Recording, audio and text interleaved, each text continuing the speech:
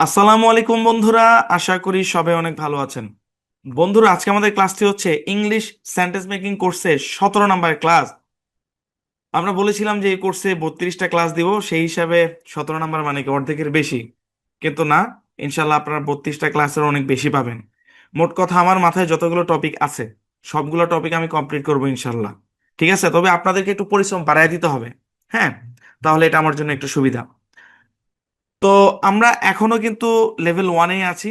Level 1-এ আমরা আহ, বিশেষ করে 10 নম্বর ক্লাসের পর থেকে আমরা একটু একটু করে ক্লাসগুলো ভারী করার চেষ্টা করছি, কারণ ভাই অনেক দূর যাইতে হবে, ভাই অনেক দূর যাইতে হবে।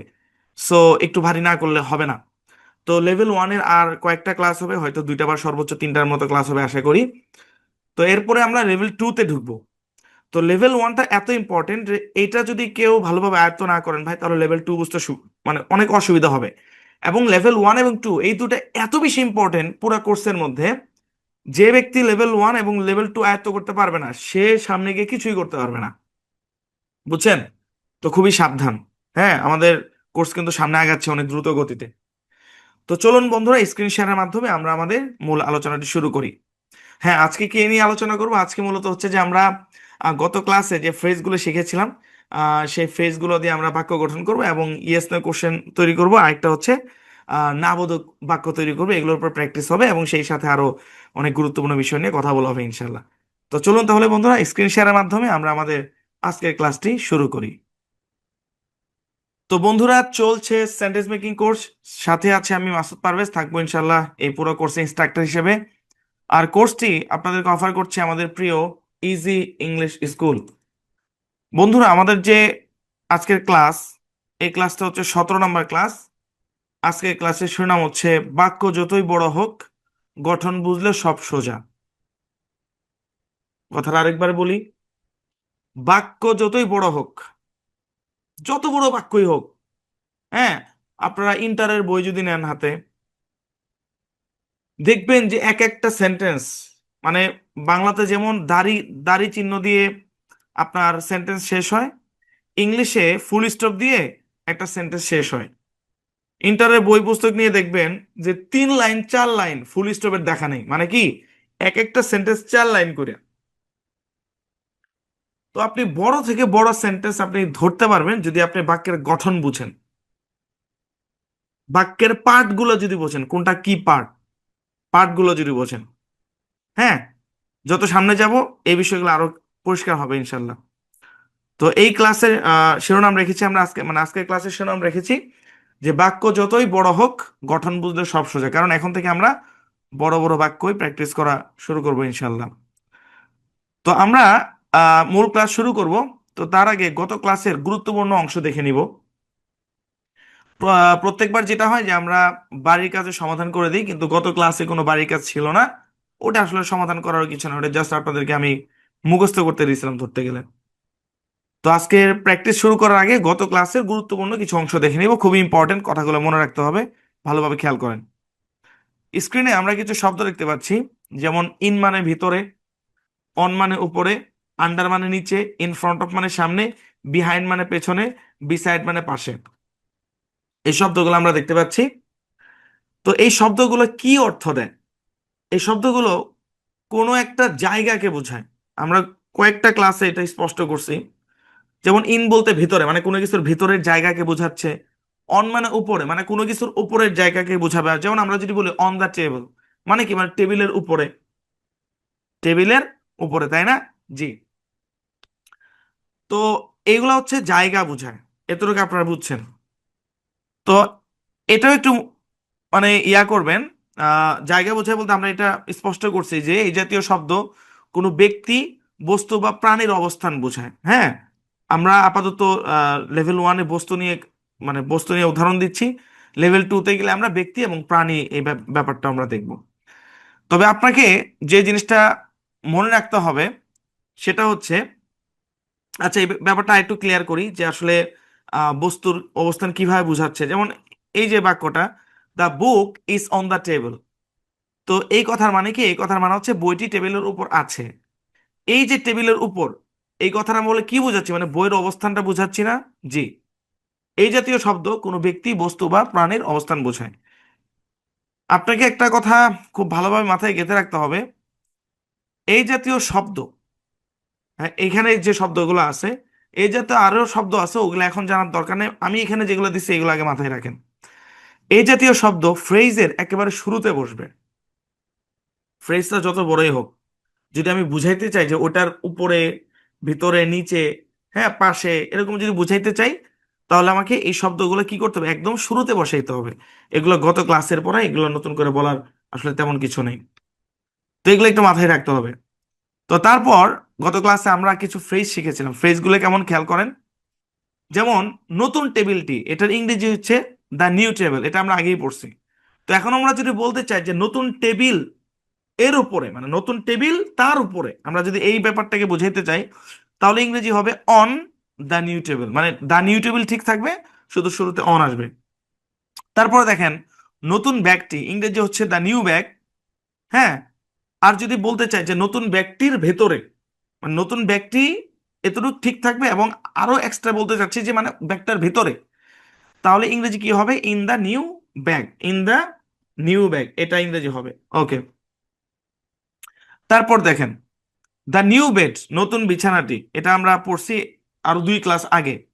তো গত ক্লাসে আমরা কি শিখছি, যে নতুন বিছানাটির নিচে, নতুন বিছানাটি, ওকে, ওর নিচে আমরা বুঝাইতে চাচ্ছি, তাহলে কি হবে ফ্রেজটা, আন্ডার দ্য নিউ বেড। আচ্ছা, তারপর দেখেন, নতুন বাড়িটি, দ্য নিউ হাউস, নতুন বাড়িটির পাশে, বিসাইড দ্য নিউ হাউস। মানে দেখেন, উপরের টুক কিন্তু ঠিকই আছে, তাই না? উপরেরটা ঠিকই আছে, শুধু জায়গা বোঝানোর জন্য আমরা এই শব্দটা সামনে বসাই দিচ্ছি, বিসাইড দ্য নিউ হাউস, মানে নতুন বাড়িটির পাশে। শুনেন, নতুন বাড়ির পাশে আর নতুন বাড়িটির পাশে একই কথা। কিভাবে একই কথা, এটা আমরা 2-1 ক্লাস পরেই কনসেপ্ট ক্লিয়ার করব। আচ্ছা, তারপর দেখেন, এই নতুন বইটি, দিস নিউ বুক, ইংরেজি যদি বলতে চাই এই নতুন বইয়ের উপরে বা এই নতুন বইটির উপরে, তাহলে ইংরেজি কি হবে, অন দিস নিউ বুক। আচ্ছা, তারপর ওই নতুন কলমটি, ইংরেজি কি, দ্যাট নিউ পেন। ভাই, এগুলা গত ক্লাসে আপনাদেরকে আমি বাড়ির কাজ হিসেবে দিচ্ছিলাম, ওগুলা আবার দেখাচ্ছি। ওই নতুন কলমটি, ইংরেজি কি, দ্যাট নিউ পেন। হ্যাঁ, ওই নতুন কলমটির পাশে, ইংরেজি কি হবে, beside that new pen. That new pen ঠিক থাকবে, সামনে বিসাইড চলে আসবে, বিসাইড দ্যাট নিউ পেন, বাস। প্রত্যেকটা পার্ট আমরা কিন্তু বুঝে বুঝে আসছি, ব্যাপারটা এমন না যে একদিনে আপনাকে শিখাইছি যে বিসাইড দ্যাট নিউ পেন। হ্যাঁ, আমরা একদিন দ্যাট পেন পড়ছি, তারপরে আরেকদিন দ্যাট নিউ পেন পড়ছি, তারপরে বিসাইড। দেখেন, একটা ক্লাসে আমরা জাস্ট একটা একটা করে জিনিস শিখছি, তাই না? তাহলে এখানে তো ভুল হওয়ার কোনো আশঙ্কা নেই, সম্ভাবনাই নেই। আয়ত্ত করতে হবে, আশা করি আপনাদের আয়ত্ত হয়েছে। তারপর দেখি, এই নতুন ঘড়িটি, ইংরেজি কি, this new clock, this new clock, এই নতুন ঘড়িটি। যদি বলতে চাই যে এই নতুন ঘড়িটির সামনে, এই নতুন ঘড়িটির সামনে, তাহলে in front of this new clock, in front of this new clock. Okay, তারপর দেখেন, ওই নতুন ফ্যানটি, দ্যাট নিউ ফ্যান, ওই নতুন ফ্যানটির নিচে, under that new fan, under that new fan. জি, বুঝতে পারছেন আশা করি, তাই না? আচ্ছা, এই ফ্রেজগুলো আয়ত্ত যদি কেউ না হয়ে থাকে, তাহলে এর সম্পূর্ণ দায়ভার আপনার। আমি আবারও বলি, শুনেন, যদি ব্যাপারটা এমন হইতো যে আমি একদিনেই আপনাকে এটা শিখাইছি, মানে শুরুতেই এটা শিখাইছি, তাহলে একটা কথা ছিল, আমরা একটা ক্লাসে শিখাইছি দ্যাট ফ্যান, মানে ওই ফ্যানটি, তারপরে আমরা গুণাগুণ বর্ণনা করে শিখাইছি যে দ্যাট নিউ ফ্যান, ওই নতুন ফ্যানটি, তারপরে আমরা কি করলাম, যে এই জিনিসটার সাথে আরো একটা জিনিস যুক্ত করে আমরা একটা অবস্থানকে বোঝাচ্ছি। এভাবে ধাপে ধাপে একটু একটু করে পড়ানোর পরেও যদি কেউ না পারেন, তাহলে ভাই এটার দায়ভার সম্পূর্ণরূপে আপনার। ঠিক আছে, এর চেয়ে ভেঙে পড়ানো সম্ভব না, এর চেয়ে ধীর গতিতে পড়ানো সম্ভব না। আর কি ধীর গতিতে পড়াবো? চিন্তা করে দেখেন তো, আমাদের 2 নাম্বার ক্লাস থেকে যে এখন পর্যন্ত আসছি, মানে যে ধীর গতিতে আসছি, এর চেয়ে আর কি ধীর গতিতে পড়াবো? আচ্ছা, জি, খেয়াল করেন। তো এখন আমরা যে কাজটা করব, এই যে ফ্রেজগুলো শিখলাম আমরা, গত ক্লাসে শিখেছি, এই ফ্রেজগুলো ব্যবহার করে আমরা বাক্য গঠন করব, ঠিক আছে? ওকে, আর ইউ রেডি? জি, শুনেন, বাক্য গঠন করব, কিন্তু তার আগে গুরুত্বপূর্ণ 2টা কথা আছে। হ্যাঁ, বাক্য গঠন করব, প্র্যাকটিস করব, কিন্তু তার আগে 2টা গুরুত্বপূর্ণ কথা আছে। প্রথম কথাটা হচ্ছে, ফ্রেজ কাকে বলে? কাকে বলে? মানে ফ্রেজ কাকে বলে এটা আমরা বিভিন্নভাবে বোঝানোর চেষ্টা করেছি, আবারও বলছি। সংজ্ঞাটা বলি আগে, ফ্রেজ কাকে বলে। ফ্রেজ মানে হচ্ছে বাক্যাংশ, মানে বাক্যের অংশ, পুরোপুরি বাক্য না, বাক্যের অংশ। এখানে সংজ্ঞায় কি বলা হচ্ছে, দুই বা ততোধিক, মানে দুইয়ের বেশি শব্দের একটা গ্রুপ, মানে দুইয়ের বেশি শব্দ মিলে একটা গ্রুপ হবে, একটা দল হবে, যা একসাথে কোনো অর্থ প্রকাশ করে এবং বাক্যের একটি অংশ হিসেবে কাজ করে। বুঝছেন? আরেকটা কথা মনে রাখতে হবে যে ফ্রেজের মধ্যে সাবজেক্ট ভার্ব থাকে না। এই সাবজেক্ট কি ভার্ব কি ওই আপনারা লেভেল 2 এর শেষের দিকে জানতে পারবেন, নয়তো লেভেল 3-তে জানতে পারবেন। ফ্রেজের মধ্যে সাবজেক্ট ভার্ব থাকে না, এই কথাটা মুখস্থ রাখবেন, কিন্তু এখন বুঝার দরকার নেই, স্যার আমার বুঝান সাবজেক্ট কি ভার্ব কি, না, এখন ওই সময় আপনাদের আসেনি। তো আশা করি ফ্রেজ জিনিসটা বুঝতে পেরেছেন। তো ফ্রেজের উদাহরণ দেখি। যেমন দেখেন, the new book is on the table. এখানে দ্য নিউ বুক এটা একটা ফ্রেজ, অন দ্য টেবল এটা একটা ফ্রেজ। ফ্রেজ দুই শব্দর হইতে পারে, তিনও হইতে পারে, চারও হইতে পারে, আরো বড়ও হইতে পারে। হ্যাঁ, বড়গুলো আস্তে আস্তে আমরা সামনের দিকে দেখবো। বুঝতে পেরেছেন? তো এটা হচ্ছে ফ্রেজ। হ্যাঁ, খুবই সহজ। ওকে, তাহলে ফ্রেজের সংজ্ঞা কি? দুই বা ততোধিক শব্দের একটি গ্রুপ যা একসাথে কোনো একটা অর্থ প্রকাশ করে। দেখেন, দ্য নিউ বুক এখানে এই জিনিসটাকে বোঝাচ্ছে যে বইটা যে নতুন, এই জিনিসটা বোঝাচ্ছে। আর এই পাশে এই ফ্রেজটা বোঝাচ্ছে অন দ্য টেবিল, মানে টেবিলের উপরের যে অবস্থানটা এটাকে বোঝাচ্ছে। মানে একটা কনসেপ্ট ক্লিয়ার করতেছে, একটা সাইড ক্লিয়ার করতেছে। বুঝছেন? এটাই ফ্রেজ। আচ্ছা, তারপর আমরা দেখবো সেন্টেন্স কাকে বলে। আমরা বলছিলাম যে দুটো গুরুত্বপূর্ণ কথা আছে, তো ফ্রেজ দেখলাম, এবার দেখবো সেন্টেন্স কাকে বলে। খেয়াল করেন, সেন্টেন্স মানে হচ্ছে বাক্য। হ্যাঁ, সেন্টেন্সের সংজ্ঞা কি? কয়েকটি শব্দ মিলে যখন একটি পরিপূর্ণ তথ্য প্রকাশ করবে, পরিপূর্ণ ইনফরমেশন দিবে, পরিপূর্ণ অর্থ প্রকাশ করে, তখন তাকে সেন্টেন্স বা বাক্য বলে। মানে একটা কমপ্লিট একটা ইনফরমেশন দিবে। ঠিক আছে? আর এটা মাথায় রাখতে হবে, সেন্টেন্সের ভিতরে সাবজেক্ট এবং ভার্ব থাকবে। সেন্টেন্সের মধ্যে সাবজেক্ট ভার্ব থাকবে। সাবজেক্ট কি ভার্ব কি বুঝতে পারবেন পরে, এখন গ্রামার নিয়ে তো চাপ না নিলেও চলবে। তো আপনাদের কাজ হচ্ছে এই সংজ্ঞাটাকে মুখস্থ করে ফেলা, একদম বাড়ির কাছে ছিল কিন্তু। হ্যাঁ, দিছিলাম আপনাদেরকে 2-1 ক্লাস আগে। একদম ঠুটস্থ করে ফেলতে হবে। কয়েকটি শব্দ মিলে যখন একটি পরিপূর্ণ অর্থ প্রকাশ করে, মানে তথ্য প্রকাশ করে, তখন তাকে সেন্টেন্স তথা বাক্য বলে। জি, আশা করি বুঝতে পেরেছেন। যেমন দেখেন, আমরা একটা উদাহরণ দেখি। নতুন বইটি টেবিলের উপর আছে, ওই আগের বাক্যটাই। তো দেখেন, এই পুরো কথা একটা ইনফরমেশন দিচ্ছে। নতুন বইটি টেবিলের উপর আছে, এই পুরোটা, এই পুরো জিনিসটা একটা ইনফরমেশন দিচ্ছে। ইনফরমেশনটা কি? যে একটা বই নতুন যেটা টেবিলের উপর আছে, একটা কমপ্লিট ইনফরমেশন, একটা তথ্য। এটাই কি বাক্য। এবং বাক্যের মধ্যে ফ্রেজ থাকে, যেমন এটা একটা ফ্রেজ, এটা একটা ফ্রেজ। ফ্রেজ তো বাক্যের মধ্যেই থাকে। ফ্রেজ ছোট জিনিস, বাক্য বড় জিনিস। বুঝছেন? বাক্যের মধ্যে ফ্রেজ থাকে, তবে সব বাক্যের মধ্যে ফ্রেজ থাকবে এমন কোনো কথা না।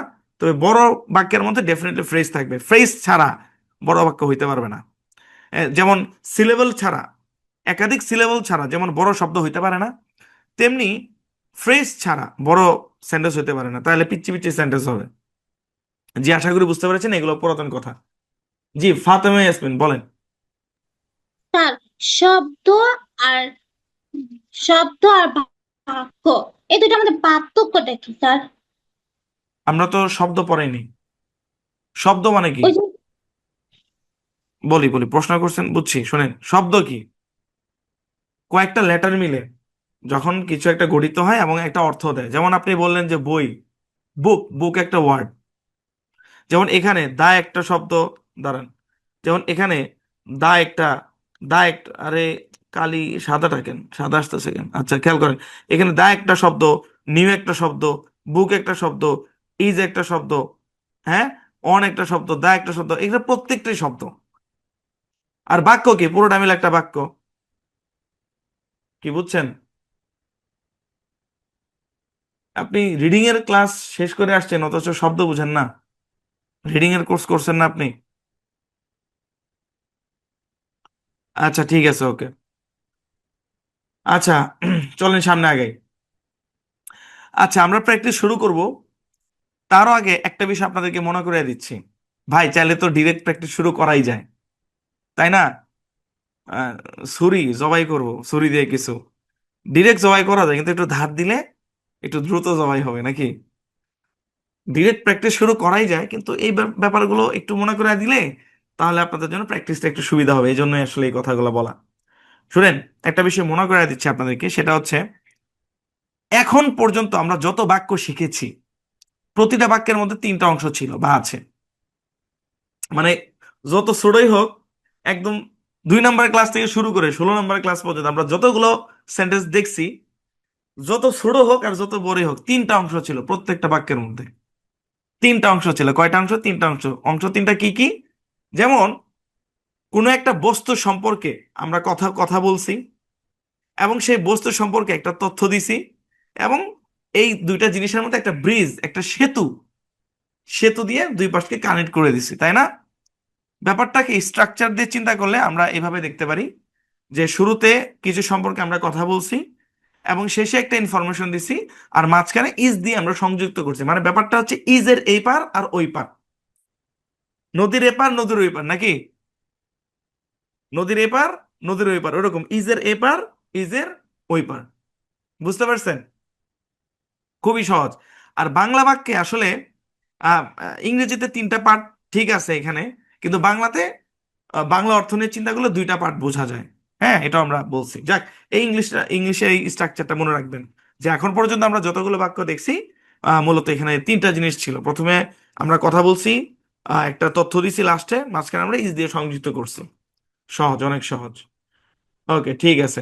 এবার চলুন তাহলে আমরা নতুন যে ফ্রেজ শিখলাম এই ফ্রেজ দিয়ে বাক্য গঠন শুরু করি। এখন থেকেই মূলত আমাদের প্র্যাকটিসটা শুরু। বিসমিল্লাহ।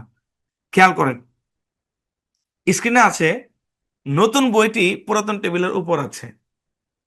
হ্যাঁ, বাক্যটা একটু চেনা চেনা লাগে না? লাগুক, সমস্যা নেই, ইচ্ছা করেই চেনা চেনা লাগাইছি। সত্যি বলতে এটা আমরা গত ক্লাসে দেখছি, কিন্তু আরেকটু দেখবো, আরো ভালোভাবে দেখবো। দেখেন আরো সামনে কি কি করা যায়। দেখেন, নতুন বইটি পুরাতন টেবিলের উপর আছে। যে কোনো বড় বাক্য, প্রথম যে কাজ, আপনাকে ভয় পাওয়া যাবে না। হ্যাঁ আল্লাহ কেমন করব, হ্যাঁ কি ব্যাপার সেবার অমুক তমুক, না, ভয় পাওয়া যাবে না। অনেক কিছু শিখে আমরা আসছি।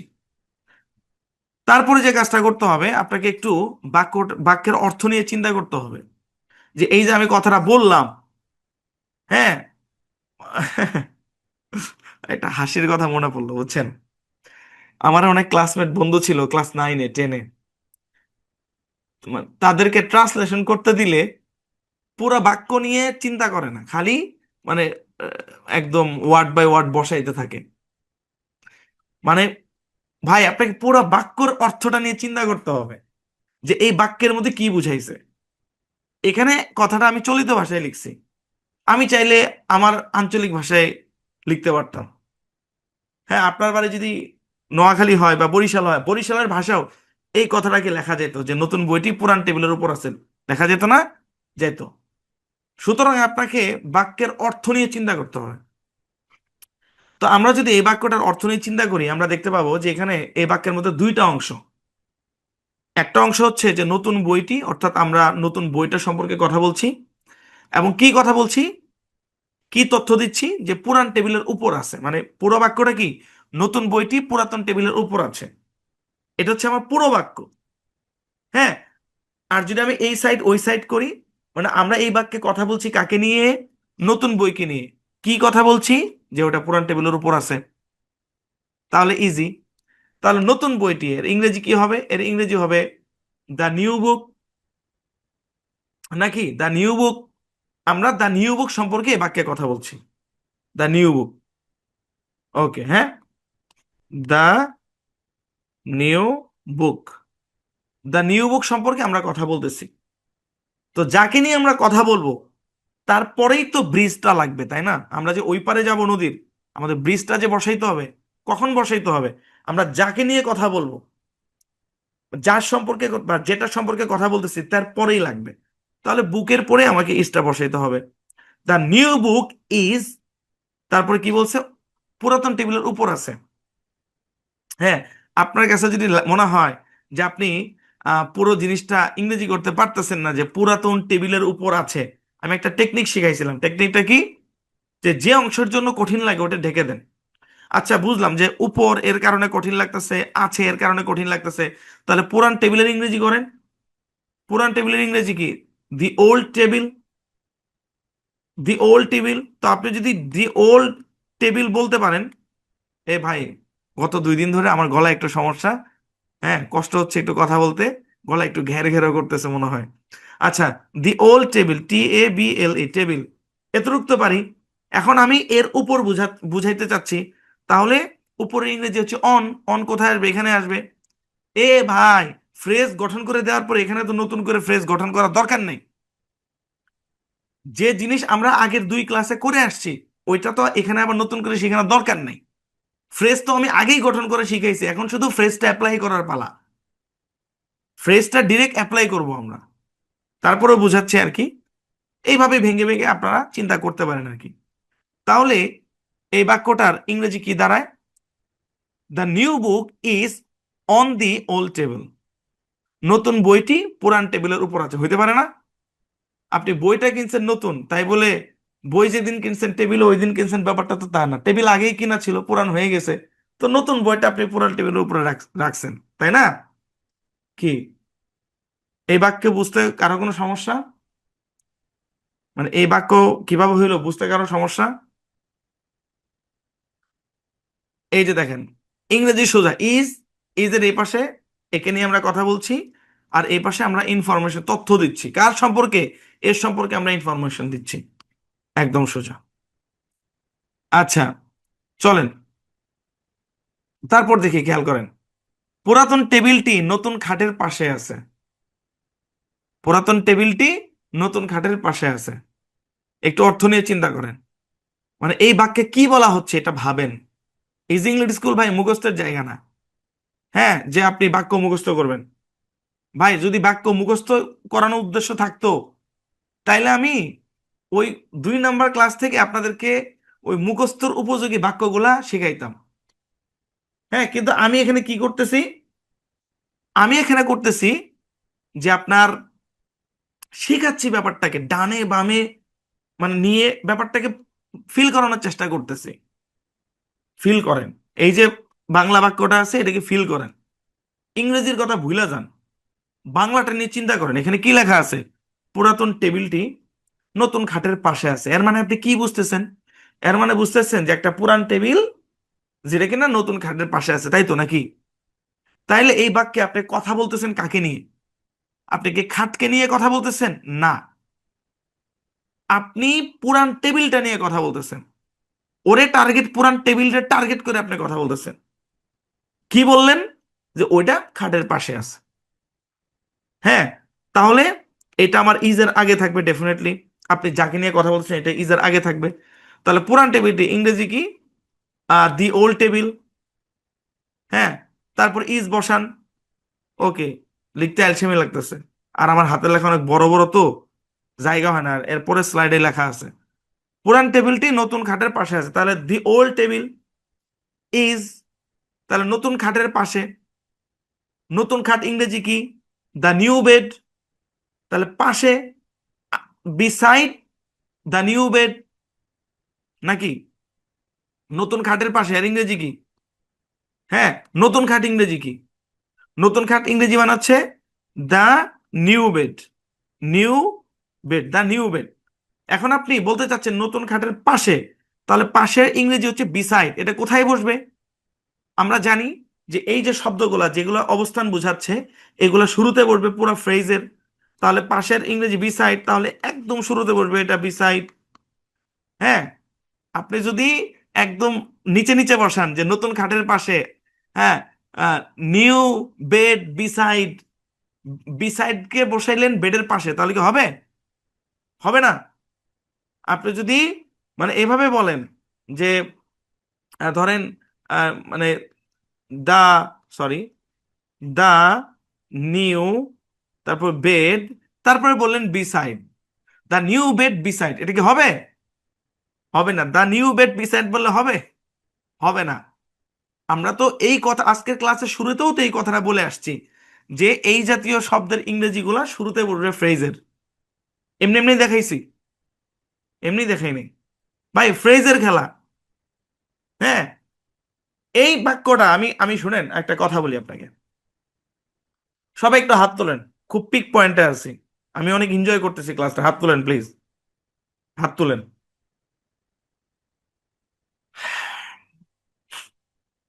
ধরেন আপনার কোনো ছোট ভাই, বোন, ভাইস্তা, ভাস্তি, ভাইগনা, ভাগ্নি যদি ক্লাস 8-এ বা 9-এ বা 10-এ পড়ে, আপনি তাকে এটাকে ইংরেজি করতে দিবেন। হ্যাঁ, সে প্রথমে বলবে যে আমি তো এখানে সবগুলার শব্দ অর্থ জানি না।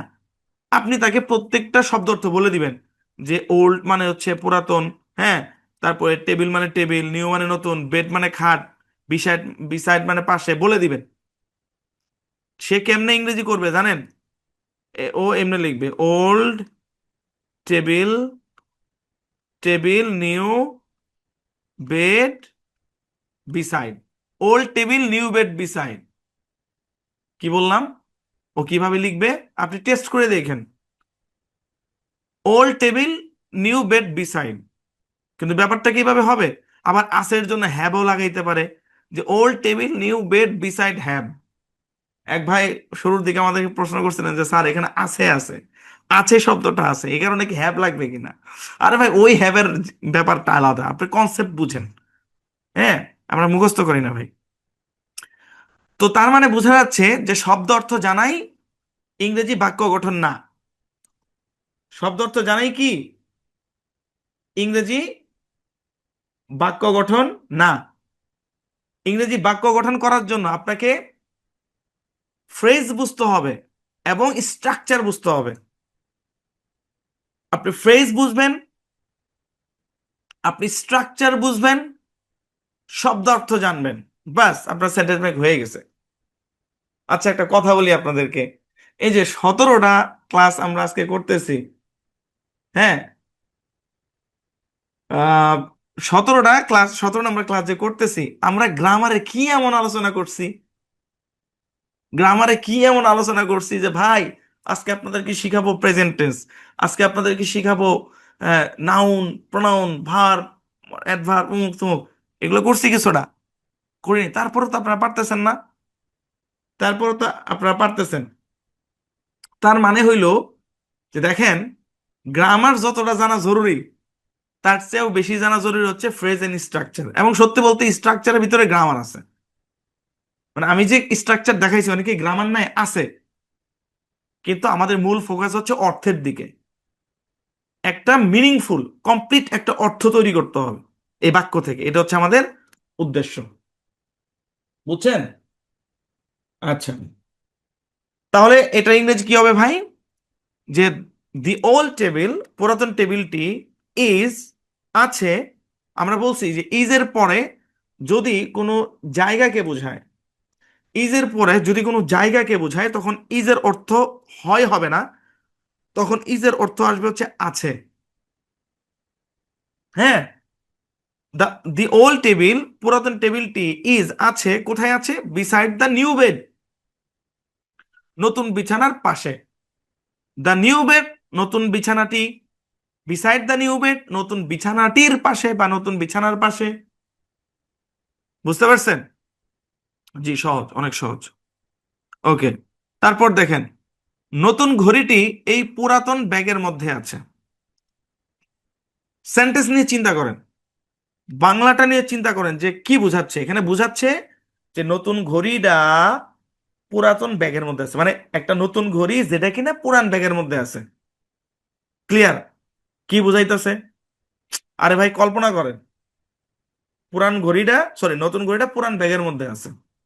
তাহলে এই বাক্যে আমরা কথা বলতেছি কাকে নিয়ে? নতুন ঘড়িটা, আমরা কিন্তু ব্যাগ নিয়ে কথা বলতেছি না ভাই। হ্যাঁ, ব্যাগের কথা আছে, ব্যাগের কথা আছে, কিন্তু আমরা কথা বলতেছি ঘড়িটারে নিয়ে, আর তথ্য দিচ্ছি যে এটা ব্যাগের মধ্যে আছে। তাহলে এটাকে নিয়ে কথা বলতেছি, তাহলে এটা হবে আপনার দ্য নিউ ক্লক। কি? The new clock. তো এরপরে আমরা ইনফরমেশন দিব, তো ইনফরমেশন তো সরাসরি দিতে পারবো না, এখানে একটা আমার ব্রিজ লাগবে। তারপরে বলতেছি এই পুরান ব্যাগের মধ্যে আছে।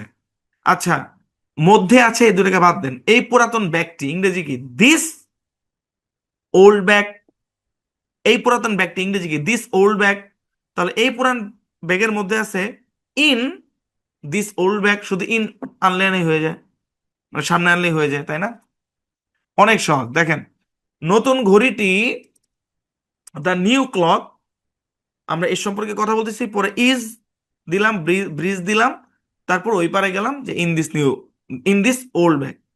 হ্যাঁ, দ্য নিউ ক্লক, নতুন ঘড়িটি, ইজ আছে, ইন দিস ওল্ড ব্যাগ, এই পুরাতন ব্যাগের মধ্যে। আচ্ছা, আপনার কাছে কি মনে হয় যে কোনো একটা পার্ট আমরা না বুঝে বুঝে পড়তেছি? কোনো একটা অংশ আমরা না বুঝে পড়তেছি?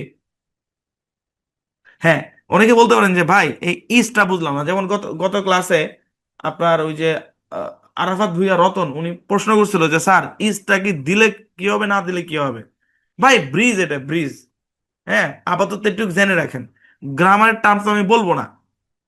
হ্যাঁ, কোথায় ভার্ব কোনটা, ভার্ব কোনটা, সাবজেক্ট কোনটা, অবজেক্ট কোনটা, কমপ্লিমেন্ট কোনটা, এটা সেটা কিচ্ছু বলবো না এখন। লেভেল 1 এর 2 তে এগুলো কিচ্ছু নাই। আগে পরিচিত হন ভাই, ইংলিশটার সাথে পরিচিত হন, গ্রামার নিয়ে শেষ করতে পারবেন না। এখন এতটুকু বুঝেন যে এটা ব্রিজ, আমি নদীর এই পারে আছি, আমার ওই পারে যেতে হলে ব্রিজ লাগবে, ব্রিজ ছাড়া কাজ হবে না। বুঝছেন? আচ্ছা, the new clock is in this old bag. Part by part বুঝে বুঝে ইংরেজি করেন। আমি তো কখনো এটা আপনাদেরকে বলবো না যে ভাই একটানে ইংরেজি করেন। আমরা নর্মালি করি কি জানেন, যখন ইংরেজিতে কথা বলি আমরা পুরা বাংলাটারে আগে ইংরেজি করি মাথার মধ্যে, পরে মুখে বলি। আরে ভাই, পার্ট বাই পার্ট আগান, পার্ট বাই পার্ট আগান। আপনার পুরা বাক্য কওয়া লাগবে কেন? ধরেন আপনি শুরু করলেন দ্য নিউ ক্লক ইজ, তারপরে বলেন in this old bag, beside the new bed, হ্যাঁ, on the table, the new clock is on the table, the new clock in front of the wall, the new clock in, আপনার হচ্ছে in this box. আরে ভাই, আপনি new clock দিয়ে কথাটা শুরু করছেন, এরপরে যা মন চায় তা লাগান, যা মন চায় তা লাগান, তাই না? কিন্তু আমরা কি করি, আমরা পুরা বাক্যটার আগে মাথার মধ্যে ইংরেজি করি, পরে বলি। না, ইংরেজি যদি করেন ফ্রেজ করুন, ফ্রেজ, ফ্রেজ বাই ফ্রেজ আগাবেন। ভাই ফ্রেজ বাই ফ্রেজ আগাবেন, শব্দে শব্দে আগাইলে ভুল হবে, শব্দ শব্দে আগাইলে ভুল হবে। আগে তো ফ্রেজ বাই ফ্রেজ। বুঝছেন? চলেন। আচ্ছা, ওই পুরাতন ব্যক্তি এই বড় টেবিলের নিচে আছে, কি হইতে পারে না? ধরেন এখানে একটা ব্যাগের মধ্যে, এখানে ব্যাগের কথা কইতেছি না, মানে ঘড়িটা ব্যাগের মধ্যে আছে, ব্যাগটা আবার টেবিলের নিচে আছে। হ্যাঁ, ওই পুরাতন ব্যাগটি, কোন ব্যাগটা যেটার মধ্যে ঘড়ি ছিল? চিন্তা করে দেখেন। দেখেন, ওই পুরাতন ব্যাগটি, এখানে এটা আমরা লাস্টে লাগাইছি, তো এটা কি সামনে আসতে পারে না? অবশ্যই পারে। হ্যাঁ, আমরা পুরাতন ব্যাগ, কোনো বাক্যের মধ্যে আমরা পুরান ব্যক্তি নিয়ে কথা বলতে পারি না? অবশ্যই পারি। ওই পুরাতন ব্যক্তি এই বড় টেবিলের নিচে আছে। হ্যাঁ, আমি আপনার প্রশ্ন করলাম যে ভাই ওই পুরান ব্যাগটা কই? এ ভাই ওই পুরান ব্যাগটা কই, 10 মিনিট ধরে খুঁজতেছি, পাইতাছি না। আপনি কি বলেন যে ভাই ওই পুরান ব্যাগটা এই টেবিলের নিচে আছে? কি হইতে পারে না? আপনারা কি মনে করছেন ফ্রেজ খালি পিছনেই বসবে? আরে ভাই, ফ্রেজ সামনে পিছনে যে কোনো জায়গায় বসতে পারে। একটা অর্থবোধক বাক্য তৈরি করার জন্য যেখানে বসার সেখানেই বসবে। হ্যাঁ, এটা কি একটা কমপ্লিট সেন্স দিচ্ছে কিনা, একটা অর্থ দিচ্ছে কিনা, অর্থবোধক একটা বাক্য হচ্ছে কিনা? কি ভাই, একটা টেবিলের নিচে ব্যাগ থাকতে পারে না? এটা একটা কমপ্লিট বাক্য। আরে ইংরেজি পরে, আগে বাংলা চিন্তা করেন। এই বাক্যের মধ্যে কোনো ঝামেলা আছে? অর্থের কোনো কমতি আছে? নাই, কোনো কমতি নাই। সেন্টেন্স মেকিং মুখস্থ করার জিনিস না, যে আমি আপনার শিখাবো যে ভাই এটা খালি পিছনেই বসবে, এটা খালি সামনেই বসবে না। আপনার প্রয়োজন অনুযায়ী যেটা যেখানে বসানোর দরকার সেখানেই বসবে, সমস্যা নেই। আপনি বলতে চাচ্ছেন যে ওই পুরান ব্যক্তি এই বড় টেবিলের নিচে আছে, হইতে পারে না? এই আমার এখানে যে টেবিলটা 4 ফিট বাই 27 ইঞ্চি, হ্যাঁ 48 ইঞ্চি বা 27 ইঞ্চি, যথেষ্ট বড় টেবিল। এই টেবিলের মধ্যে ল্যাপটপ আছে, সেকেন্ডারি মনিটর আছে, এখানে একটা ছোট তাক আছে, অনেক কিছু আছে। এটা একটা বড় টেবিল। আমি তো এইভাবে বলতেই পারি যে ওই পুরান ব্যক্তি এই বড় টেবিলের নিচে আছে, বলতে পারি না? So easy. তাহলে ইংরেজিতে কিভাবে হবে খেয়াল করেন। ওই পুরান ব্যক্তি, দ্যাট, সরি এটা ওল্ড হবে, দ্যাট ওল্ড ব্যাগ। হ্যাঁ, দ্যাট ওল্ড ব্যাগ, ওই পুরান ব্যাগটি, দ্যাট ওল্ড ব্যাগ, ওই পুরান ব্যাগটি। আমরা মানে এর সম্পর্কে কিছু একটা বলবো, এখনো বলে সারি নেই, এখন আমাকে ওই পারে যেতে হবে, মানে যেটা বলবো তো আমাকে ইজ আনতে হবে। That old bag is under this big table. হ্যাঁ, আচ্ছা আপনার মানে এই টেবিলের নিচে, নিচে এই বড় টেবিলের নিচে কষ্ট হচ্ছে ধরেন, তাহলে যতটুকু পারেন অতটুকু আগে ইংরেজি করেন। এই বড় টেবিল, দিস বিগ টেবিল, এই বড় টেবিল, দিস বিগ টেবিল। আর নিচের ইংরেজি আন্ডার, এটা তো শুরুতে আসবে ফ্রেজের, আমরা বলছি। তাহলে under this big table, that old bag is under this big table. ওই পুরান ব্যাগটি এই বড় টেবিলের নিচে আছে। অনেক সহজ। তারপরে দেখেন, ওই সস্তা ল্যাপটপটি এই পুরাতন বাক্সের মধ্যে আছে।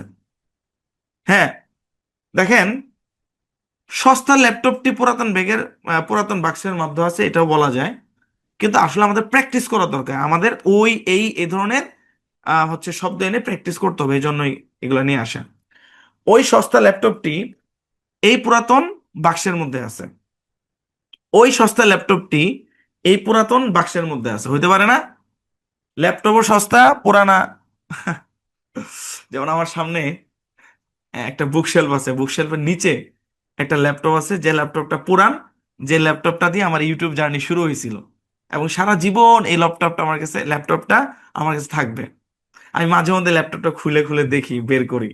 নষ্ট হয়ে গেছে, কিন্তু নষ্ট হয়ে গেছে, ভাঙ্গারিতে বিক্রি করলে হয়তো 500-1000 টাকা পাওয়া যেতে পারে। কিন্তু অনেক কিছু এখনো ভালো আছে, খুলে খুলে মানে অনেক ভালো এবং অন্য কোনো ল্যাপটপে লাগানো যেতে পারে। কিন্তু আমি রেখে দিয়েছি স্মৃতি হিসেবে। কোথায় রাখছি? একটা শেলফ আছে এখানে। তো শেলফটা পুরাতন, ল্যাপটপটা পুরাতন, ধর আমি বলতেছি যে ওই পুরান ল্যাপটপটি এই শেলফের ভিতরে আছে, হইতে পারে না? হইতে পারে। আচ্ছা দেখেন, এটা দেখি। ওই সস্তা ল্যাপটপটি এই পুরাতন বাক্সের মধ্যে আছে। ভাই, আপনাকে অর্থ নিয়ে চিন্তা করতে হবে। ইংরেজি করার আগে অর্থ নিয়ে চিন্তা না করে কেউ ইংরেজি করবে না, তাহলে মরবেন, তাইলে মরবেন। পুরা কনসেপ্টটা বুঝেন যে এখানে কি বলতেছে। এই জায়গাগুলাতে স্কুল কলেজে পোলাপান ভুল করে, অর্থ নিয়ে চিন্তা করে না, সাবজেক্ট ভার খোঁজা শুরু করে, কোনটা নাউন কোনটা প্রোনাউন, হ্যাঁ অক্সিলারি উমুক তুমুক। আরে ভাই, আগে অর্থ খোঁজ, আগে অর্থ বোঝ কি লিখছে, হয়নি অর্থ খোঁজ। আপনাকে সবসময় একটা মিনিংফুল অর্থ খোঁজার মধ্যে থাকতে হবে। আচ্ছা আমি একটু এটা নিয়ে চিন্তা করি। ওই সস্তা ল্যাপটপটি এই পুরাতন বাক্সের মধ্যে আছে, এটা দিয়ে কি বোঝায়? এটা দিয়ে বোঝাচ্ছে যে একটা পুরান ল্যাপটপ, যেটা কিনা একটা পুরান বাক্সের মধ্যে আছে, এই কথাটাকে এখানে বলা হচ্ছে। ওই সরি, পুরান না, সস্তা। ওই সস্তা ল্যাপটপটি এই পুরাতন বাক্সের মধ্যে আছে। তো এই বাক্যের মধ্যে কাকে নিয়ে কথা বলা হচ্ছে? কথা বলা হচ্ছে সস্তা ল্যাপটপটা নিয়ে। কি বলা হচ্ছে? যে এটা পুরাতন বাক্সের মধ্যে আছে। তাহলে আপনি যাকে নিয়ে কথা বলতেছেন এটা ইজের আগে। হ্যাঁ, এটা ইজের আগে। তাহলে কি আপনার দ্যাট চিপ ল্যাপটপ, হ্যাঁ, যাই সরাসরি ওইখানেই চলে যাই, ওইখানে লেখাই আছে দ্যাট চিপ ল্যাপটপ, ওই সস্তা ল্যাপটপটি, তারপর ইজ দিলাম, তারপর ইন দিস ওল্ড বক্স। ওই সস্তা ল্যাপটপটি এই পুরাতন বাক্সের মধ্যে আছে। That cheap laptop is in this old box. ওই সস্তা ল্যাপটপটি এই পুরাতন বাক্সের মধ্যে আছে নাকি? কোথাও কোনো সমস্যা কি বোঝা যাচ্ছে? ক্ষুদ্র ক্ষুদ্র বালুকণা বিন্দু বিন্দু জল গড়ে তোলো মহাদেশ সাগর অতল। ভাই, বাক্য যতই বুড়ো হোক, আপনি যদি ফ্রেজ বুঝেন, আপনি যদি গঠন বুঝেন, তাহলে হ্যাঁ, এগুলা কোনো ব্যাপারই না। জি, আশা করি বুঝতে পেরেছেন। হ্যাঁ, আশা করি বুঝতে পেরেছেন। আচ্ছা, এরপর যে আমরা যে কাজটা করব সেটা হচ্ছে যে কেউ হাত তুলছেন নাকি না? আচ্ছা, এরপর যে আমরা, ও আচ্ছা আচ্ছা, আরেকটা সেন্টেন্স আছে আমাদের, ওটাও দেখি, খেয়াল করেন। পুরাতন বাক্সটি ওই ছোট রুমের মধ্যে আছে। দেখেন, মানে আমরা একটার সাথে একটা লিঙ্ক করে দিছি, মানে ল্যাপটপটা বাক্সের মধ্যে আছে, আবার ও বাক্সটা কই আছে ওটাও বলতেছে। আমরা বলতেছি কি, পুরাতন বাক্সটি ওই ছোট রুমের মধ্যে আছে। হ্যাঁ, খেয়াল করেন, পুরাতন বাক্সটি। ভাই, আগে ইংরেজি করা যাবে না, সরি, বাংলা পাওয়ার সাথেই ধাপ করে ইংরেজি করা যাবে না। আপনাকে আগে অর্থ নিয়ে চিন্তা করতে হবে যে এই বাক্যের মধ্যে কি বলতেছে। বাংলাটা আগে চিন্তা করেন। এনে বলতেছে যে পুরাতন যে বাক্সটা আছে ওটা ওই ছোট রুমের মধ্যে আছে। হ্যাঁ, ছোট রুমের মধ্যে আছে। তাহলে এই বাক্যে আমরা কথা বলতেছি কাকে নিয়ে? আমরা কি ছোট রুম নিয়ে কথা বলতেছি? মানে কাকে টার্গেট করে কথা বলতেছি? কার সম্পর্কে আমরা তথ্য দিচ্ছি? আমরা তথ্য দিচ্ছি পুরাতন বাক্সটার সম্পর্কে। তাহলে এটা আগে বসাইতে হবে ইজের। পুরাতন বাক্সটি, হ্যাঁ, তাহলে ইংরেজি কি? The old box is in that small room. পুরাতন বাক্সটি ওই ছোট রুমের মধ্যে আছে। The old box is in that small room. দেখেন, দ্যাট স্মল রুম মানে হচ্ছে ওই ছোট রুম, মধ্যের ইংরেজি ইন, এটা সামনে চলে আসছে কেন? কারণ এটাই নিয়ম ভাই। হ্যাঁ, এই যে in, on, beside, in front of, behind, এগুলা ফ্রেজের শুরুতে থাকবে। খেলাটা ফ্রেজের ভাই, বুঝছেন? আচ্ছা,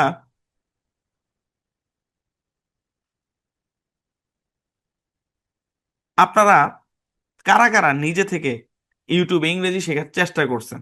একটু হাত তোলেন তো। রিডিং না, ডিরেক্ট সেন্টেন্স মেক এর আগে সামহাও চেষ্টা করছেন, দেখছেন?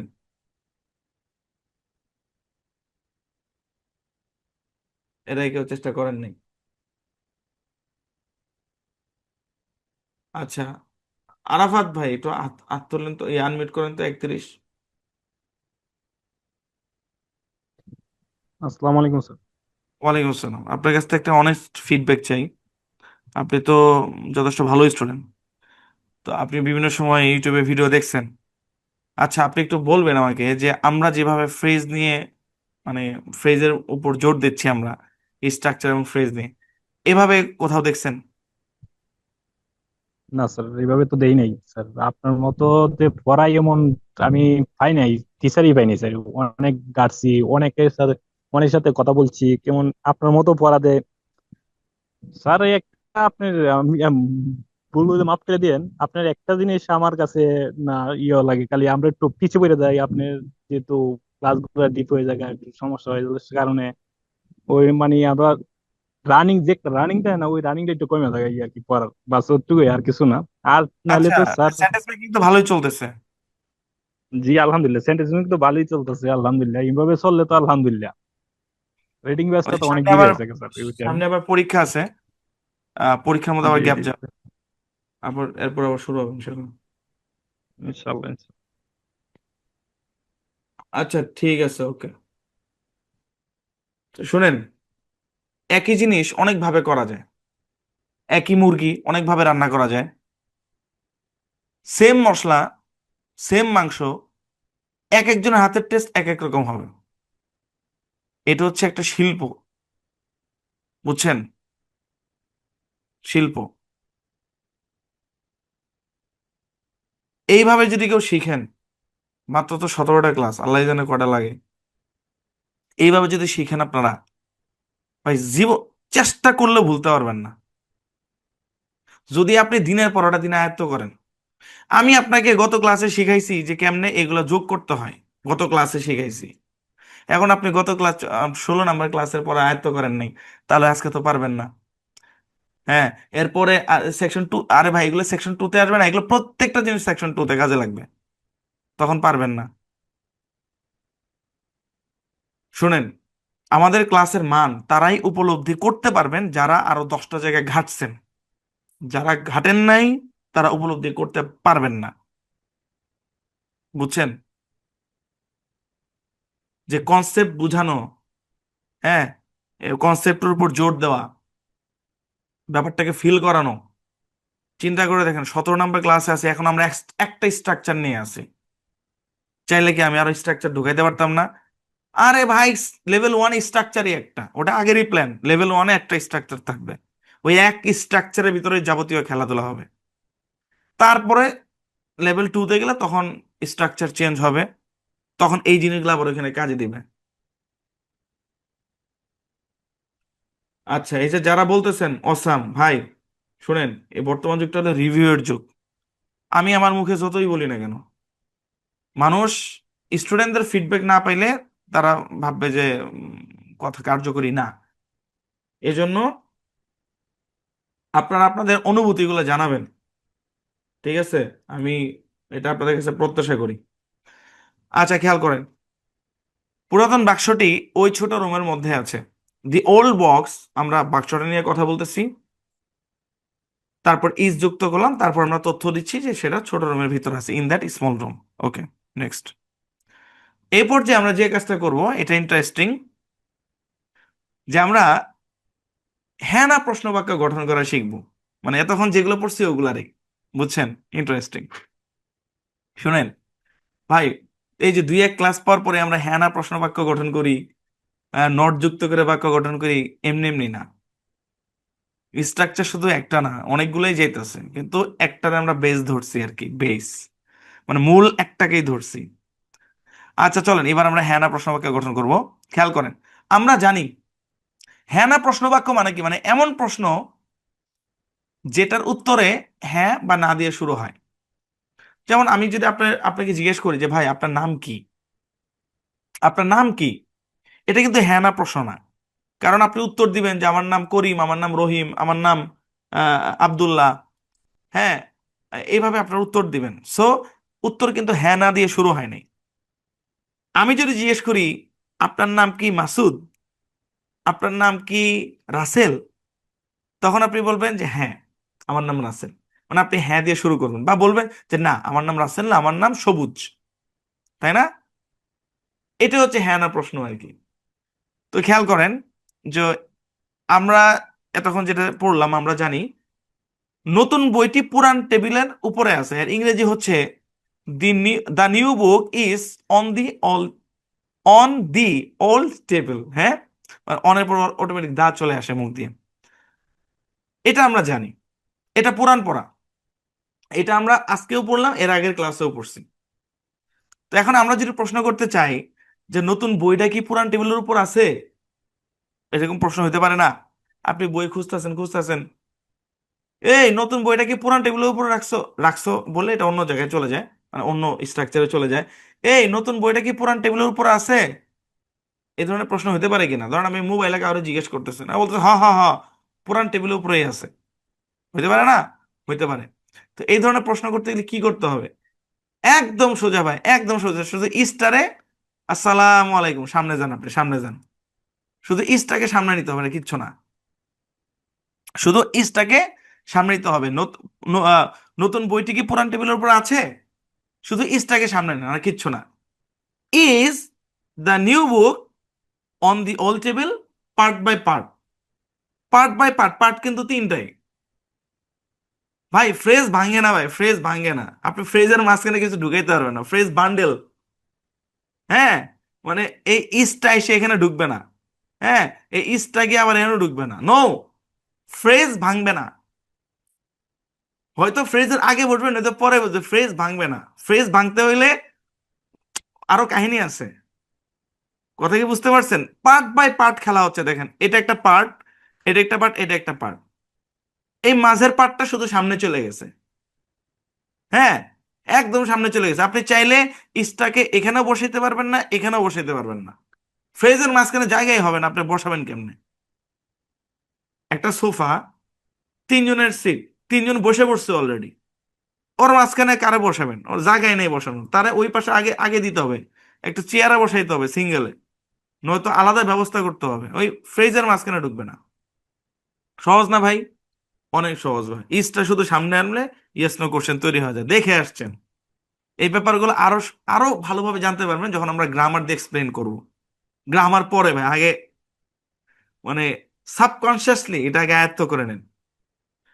নতুন বইটি কি পুরাতন টেবিলের উপর আছে, ইজ দ্য নিউ বুক, থামেন থামেন, is the new book on the table, no. আমি সবসময় বলি ভাষাটা ফিল করার জিনিস, আপনি পার্ট বাই পার্ট ফিল করেন। Is the new book on the table, is the new book, the new book, the old book, the costly book, the cheap book, নাকি? আপনি চেঞ্জ করতে থাকেন না, সমস্যা কি? আপনাকে কে বলছে একটানে পুরা বাক্য শেষ করতে? পরে বলেন on the old, on on on the old table, বা beside the book, sorry beside the clock, আপনার পিছনে যা মন চায় আপনি লাগাইতে থাকেন, মানে আপনার মাথায় যেটা আছে ওটা আপনি বলে ফেলেন, সমস্যা কি? আচ্ছা যাক, ইসটা সামনে আনলেই হয়ে যায়, ওকে। তারপরে দেখেন, আমরা জানি পুরাতন টেবিলটি নতুন খাটের পাশে আছে, আর ইংরেজি হচ্ছে দি old table is beside the new bed. এখন আমরা প্রশ্ন করতে চাই যে পুরান টেবিলটা কি নতুন খাটের পাশে আছে? জাস্ট কোশ্চেন করবো আমরা, কোশ্চেন। তাহলে কি করতে হবে ভাই? ইয়েস নো কোশ্চেন করার জন্য ইসটাকে সামনে পাঠিয়ে দিতে হবে, উঠায় নিয়ে সামনে বসাইতে হবে, উঠায় নিয়ে। তাহলে কি দাঁড়ায়? Is the old table beside the new bed, is the old table beside the new bed. সোজা না ভাই? একদম সোজা। যারা পিছনের গুলা বুঝছে তাদের জন্য দেখলে কিছুই না। হ্যাঁ, ওই আমরা কবে থেকে দেখে আসতেছি ইস খালি সামনে যায়, ইস খালি সামনে যায়। আপনাকে চিন্তা করতে হবে ফ্রেজ বাই ফ্রেজ। আমি দেখেন কালার আলাদা করে লিখছি, হ্যাঁ, পার্ট বাই পার্ট বোঝানোর জন্য, যে ভাই এই যে দেখেন এই ব্যাপার। আচ্ছা, চাইলে এক এক কালি দিয়ে লেখা যেত, এক কালি সবগুলো কালো দিতাম। এই যে কালার গ্রেডিং করার কারণে আপনার ব্রেন যেভাবে ব্যাপারটাকে ক্যাপচার করতেছে ভাই, আপনি চাইলেও ভুলতে পারবেন না ভাই। আপনি চেষ্টা করেন, কেউ যদি মনোযোগ দিয়ে ক্লাস করেন, আপনি চাইলেও ভুলতে পারবেন না। বুঝছেন? আচ্ছা, is the old table beside the new book bed, sorry, beside the new bed. Okay. তারপর দেখেন, নতুন ঘড়িটি এই পুরাতন ব্যাগের মধ্যে আছে, এটা ইংরেজি হচ্ছে the new clock is in this old bag. এটা আমরা জানি। তো আমরা এখন এই বাক্যটার উপরে প্রশ্ন করতে যাচ্ছি, সেটা হচ্ছে নতুন ঘড়িটি, নতুন ঘড়িটি কি, এই লাইনটা আর কি, নিচেরটা, নতুন ঘড়িটি কি বা নতুন ঘড়ি কি এই পুরাতন ব্যাগের মধ্যে আছে? নতুন ঘড়ি কি এই পুরান ব্যাগের মধ্যে আছে? হ্যাঁ, তাহলে কি হবে? ইসটা শুধু সামনে চলে যাবে। আচ্ছা, শুনেন, ওই টেকনিকটা ভুলে যান না। যদি কখনো দেখেন যে আপনার মানে কোনো অংশের কারণে আপনার কঠিন লাগতেছে, তো যতটুকু কঠিন লাগতেছে ততটুকু ঢেকে দিয়ে ইংরেজি করেন, হ্যাঁ। বাকিটা মানে এটা খাতায় প্র্যাকটিস করতে হবে। আপনার নতুন না, শুরুতে কি আর পারবেন? মাথায় তো শুরুতে পারবেন না, আগে খাতায় প্র্যাকটিস করে ব্যাপারটা মাথায় সেট করতে হবে যে হ্যাঁ, এই কাহিনী ঘটে, তাহলে ইজিলি পারবেন। আচ্ছা, ইংরেজি কি? Is the new clock in this old bag, is the new clock in this old bag. Okay, জি। তারপর দেখেন, আমরা জানি ওই পুরাতন ব্যাগটি এই বড় টেবিলের নিচে আছে, এটা আমরা আগে ইংলিশ করে আসছি। That old bag is under this big table, part by part. That old bag is under this big table. এখন আমরা বলতে চাচ্ছি যে ওই পুরাতন ব্যাগটি কি, ব্যাগটি কি, প্রশ্ন করতে যাচ্ছি যে ওই পুরাতন ব্যাগটি কি এই বড় টেবিলের নিচে আছে? শুধু ইসটা সামনে চলে যাবে। Is that old bag under this big table, is that old bag under this big table. Okay. তারপর দেখেন, পুরাতন বাক্সটি ওই ছোট রুমের মধ্যে আছে। দি ওল্ড বক্স, আচ্ছা, দি ওল্ড বক্স, ভাই এখনো কিছুই হয় নাই, কিসের কঠিন ভাই? হ্যাঁ, শুনেন, একটা বাচ্চা বয়স ধরেন 6 মাস 9 মাস, তারা যদি আস্ত আস্ত আপনার গোটা গোটা বিস্কুট মুখে দেয় তাহলে তো কঠিন লাগবে, যদি একটু পানি দিয়ে নরম করে দেয় তাহলে কি আর কঠিন লাগবে? যাক, আপনাদের এই কমেন্ট গুলো অনুপ্রেরণা, আপনারা শিখতে পারলে আমি সার্থক। আচ্ছা দেখেন, the old the old box, পুরাতন বাক্সটি is in that small room, পুরাতন বাক্সটি ওই ছোট রুমের মধ্যে আছে। এখন আমরা বলতে চাচ্ছি যে পুরাতন বাক্সটি কি ওই ছোট রুমের মধ্যে আছে? পুরাতন বাক্সটি কি ওই ছোট রুমের মধ্যে আছে? আচ্ছা, তাহলে কি হবে? ইসটা শুধু সামনে চলে যাবে, ইসটা শুধু সামনে চলে যাবে। সেটা হচ্ছে, এ ভাই শুনেন, আপনাদের দায়িত্ব হচ্ছে লেভেল 1টা ভালোভাবে কমপ্লিট করা।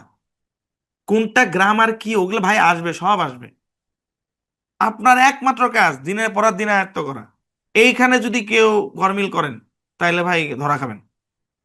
এগুলা বড় সেন্টেন্সে কেমনে কাজে লাগবে কি না, স্পোকেনে কেমনে কাজে লাগবে কি না, সব আমরা আস্তে আস্তে দেখাবো, সমস্যা নেই। আগে দিনের পর দিনে পড়েন, বাড়ির কাজ যেগুলো দিয়ে ওগুলো ভালো মতো করবেন। জি ঠিক আছে।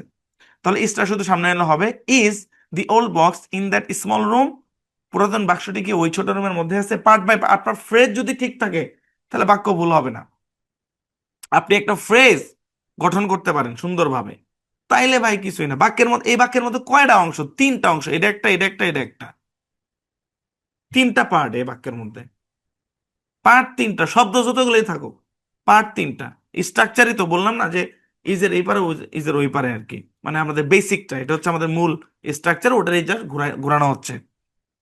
আচ্ছা, এবার চলুন আমরা নাবোধক বাক্য গঠন করব।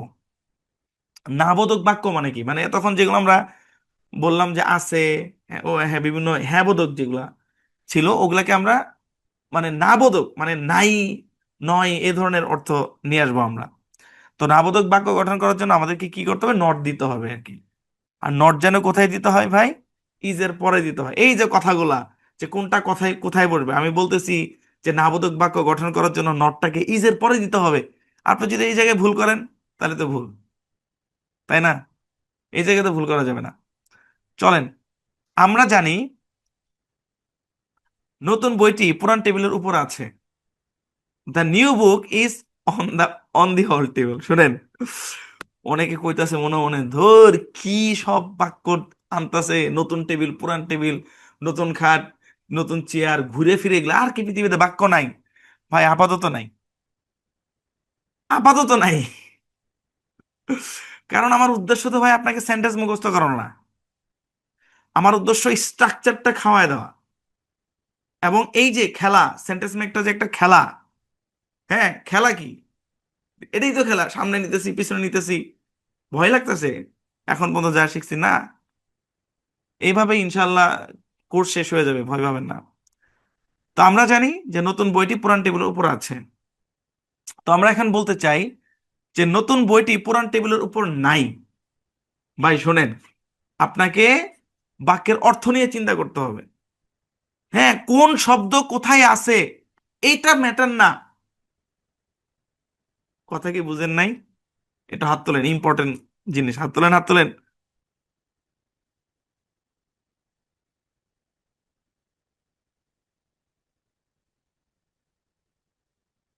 শুনেন, আপনাকে অলওয়েজ বাক্যের অর্থ নিয়ে চিন্তা করতে হবে। আপনাকে অলওয়েজ বাক্যের অর্থ নিয়ে চিন্তা করতে হবে। শব্দের প্লেসমেন্ট নিয়ে চিন্তা করা যাবে না। শব্দের প্লেসমেন্ট মানে কি জানেন? ধরেন এখানে এটা নাই, নাই এখানে আছে, হ্যাঁ, তারপর নাইটা এখানে আছে। আপনি, আমরা বাংলায় নাইটাকে লাস্টে দিই, হ্যাঁ, কিন্তু আমি যদি নাই এখানে না দিয়ে অন্য কোথাও দিয়ে যদি নেগেটিভ অর্থ আনতে পারি, তখন আমি বললাম নতুন বইটা নাই টেবিলের উপর। নর্মালি আমরা সাবলীল বাংলা এই নাইটাকে কি করি? লাস্টে আনি, এটা হচ্ছে প্লেসমেন্ট। ধরেন বাংলাতে লাস্টে আসে। এখন আপনি এটা মুখস্থ করে ফেলাইছেন, হ্যাঁ নাইটা লাস্টে আসবে, নাইটা বাংলাতে নাই লাস্টে আসবে, বাংলাতে নাই লাস্টে আসবে, বাংলাতে নাই লাস্টে আসবে, মুখস্থ করছেন। না, মুখস্থ করা যাবে না। আপনাকে সেন্সটা বুঝতে হবে যে এই বাক্যের মধ্যে বোঝাচ্ছে যে বইটা টেবিলের উপর নাই। হ্যাঁ, বাংলাতে আমরা নাইটা লাস্টে বলি, কিন্তু এটা মুখস্থ করা যাবে না। কারণ অনেক সময় দেখবেন যে আমরা কথার ক্ষেত্রে অনেক সময় শব্দের প্লেসমেন্ট চেঞ্জ করি আমরা, অর্থ সেম বোঝায় কিন্তু প্লেসমেন্ট চেঞ্জ হয়ে যায়। যেমন আপনি আহ, যেমন ওই দিন বললাম, ফাতেমা ইয়াসমিন জিজ্ঞেস করছিল কি জানি, আহ, ব্যাগের মধ্যে, ব্যাগের ভিতরে পার্থক্য আছে কিনা। আরে ভাই কোনো পার্থক্য নাই। হ্যাঁ, ধরেন আমি এটা বললাম যে নতুন বইটি পুরাতন টেবিলের উপর নাই। এখন আমি টেবিলের উপর না বলে আমি বললাম যে পুরাতন টেবিলে নাই, একই তো কথা, একই তো কথা। আমি যদি বলি যে নতুন বইটা পুরাতন টেবিলে নাই, টেবিলে নাই, এর মানে কি? টেবিলের উপর নাই। কি শব্দ ব্যবহার করা হচ্ছে এর চেয়ে বেশি গুরুত্বপূর্ণ কি বুঝাচ্ছে, কি অর্থ দিচ্ছে, এটা বেশি গুরুত্বপূর্ণ। একটা শব্দ কমলো না বাড়লো এগুলো এত ইম্পর্টেন্ট না। আপনাকে জাস্ট চিন্তা করা শিখতে হবে অর্থ কি বুঝাচ্ছে।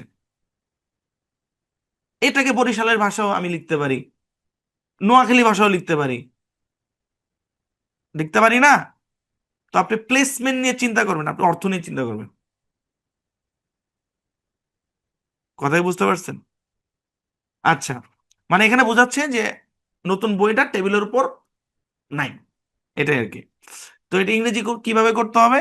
একদম সোজা, ওই উপরের বাক্যটাকেই শুধু ইজের পরে নট লাগাই দিতে হবে। যেমন দেখেন, the new book is not on the old table. হ্যাঁ, এইভাবে কেউ মুখস্থ করবেন না যে আচ্ছা বাংলাতে নাইটা লাস্টে আছে আর এখানে, হ্যাঁ ইংরেজিটা মুখস্থ করেন, ইংরেজিটা মুখস্থ করেন প্লিজ। শুনেন, যখন আপনারা প্রো হয়ে যাবেন না, তখন ইংরেজির রুলেরও আপনারা ধার ধারবেন না, বুঝছেন? আগে বেসিকটা ক্লিয়ার করেন মিয়া। ইংরেজিটা আপাতত মুখস্থ করেন যে নটটা ইজের পরে আছে, কিন্তু বাংলাতে এটা সাধারণত শেষে আছে। হ্যাঁ, কিন্তু কেউ যদি মাঝখান দিয়ে কি বলা যায় দেখি তো, নতুন বইটা নাই টেবিলের উপর, হ্যাঁ এই তো বলা যায়, এই তো বলা যাচ্ছে। হ্যাঁ, এই যে অনেক সময় আমরা এরকম দেখি, আহ, ধরেন কাস্টমার দোকানে গিয়ে জিজ্ঞেস করছে ভাই বেচা কিনা কেমন, ভাই বেচা কিনা কেমন, তো দোকানদার বলে বেচা কিনা নাই, বেচা কিনা নাই। তো নাইটাকে আমরা সাধারণত শব্দের বাক্যের শেষে ব্যবহার করি।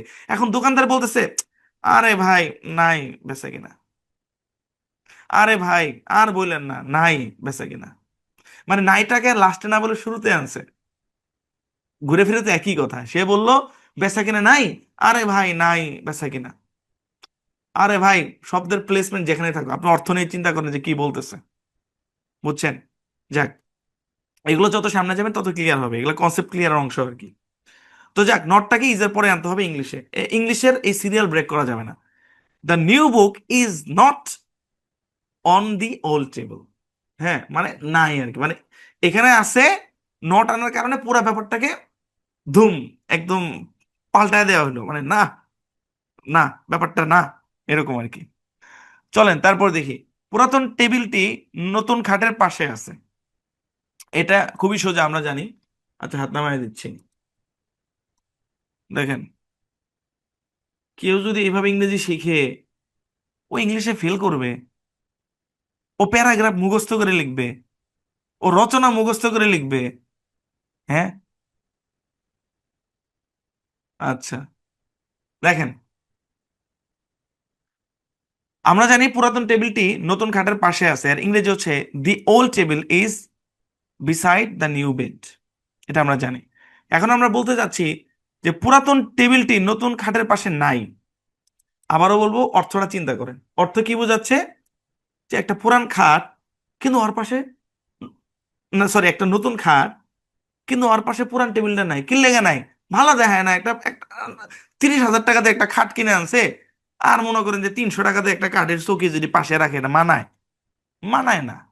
আপনি চিন্তা করেন, কল্পনা করেন যে নতুন খাটের পাশে পুরান টেবিলটা নাই। ঠিক আছে, এখানে কথা বলা হচ্ছে কাকে নিয়ে? পুরান টেবিলটা নিয়ে। হ্যাঁ, পুরান টেবিলটা নিয়ে কথা বলা হচ্ছে। কি বলা হচ্ছে? যে ওটা খাটের পাশে নাই। তো নাই শব্দটা আনার জন্য নট বসিয়ে দেবে ইজের পরে, একদম easy. The old table is not beside the new bed. The old table is not beside the new bed. বাস, একদম সোজা। তারপরে দেখেন, নতুন ঘড়িটি এই পুরান ব্যাগের মধ্যে আছে, এটা আমরা জানি। The new clock is in this old bag. এখন আমরা, ওহো সরি, এটা ইয়েস নো কোশ্চেন চলে আসছে, আচ্ছা সরি। একটা হোয়াট দ্য,